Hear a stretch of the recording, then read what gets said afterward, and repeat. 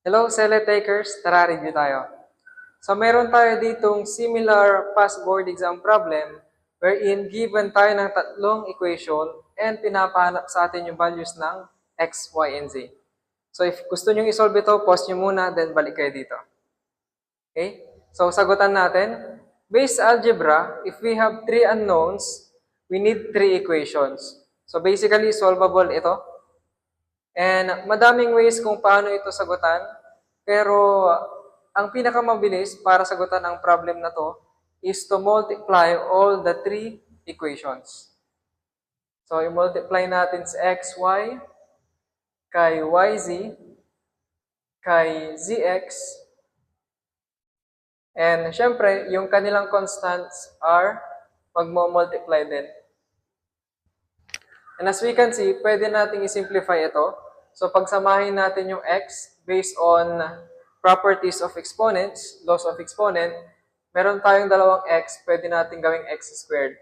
Ganon din para kay y, and ganon din para kay z. Okay?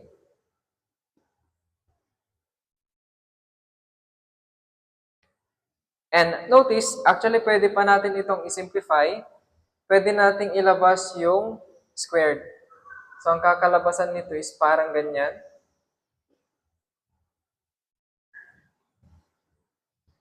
Then we can simplify further by taking the square roots of both sides. So, ang kakalabasan ng ating left-hand side ay ganito. And dito naman, this would be reduced into 30. Ngayon, if we want to solve for x, kailangan lang natin tanggalin yung yz dito sa left-hand side. So, to do that, i-divide lang natin yung yz on both sides of our equation. So, ganito ang kakalabasan niyan.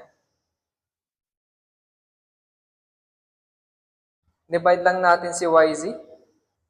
And dito rin, i-divide natin si yz. So, as we can see, magka-cancel out dito, ang matitira lang ay si x. And actually, meron tayong value ni yz, di ba? That is equal to 15. Ibig sabihin, x is equal to 2. Then next, para makuha naman si y, ganun din, we need to isolate it. Tatanggalin natin si xz by dividing it by this equation. Ayan. So, x, y, z, divide natin si x, z. So, you can see, magka-cancel out sila.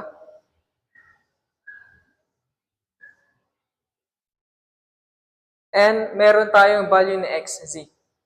That is equal to 10. Ibig sabihin, yung ating y is just equal to 3. And then, ganun din, i-shortcut ko na lang para makuha natin ang value ni, I think, hindi na siya makita.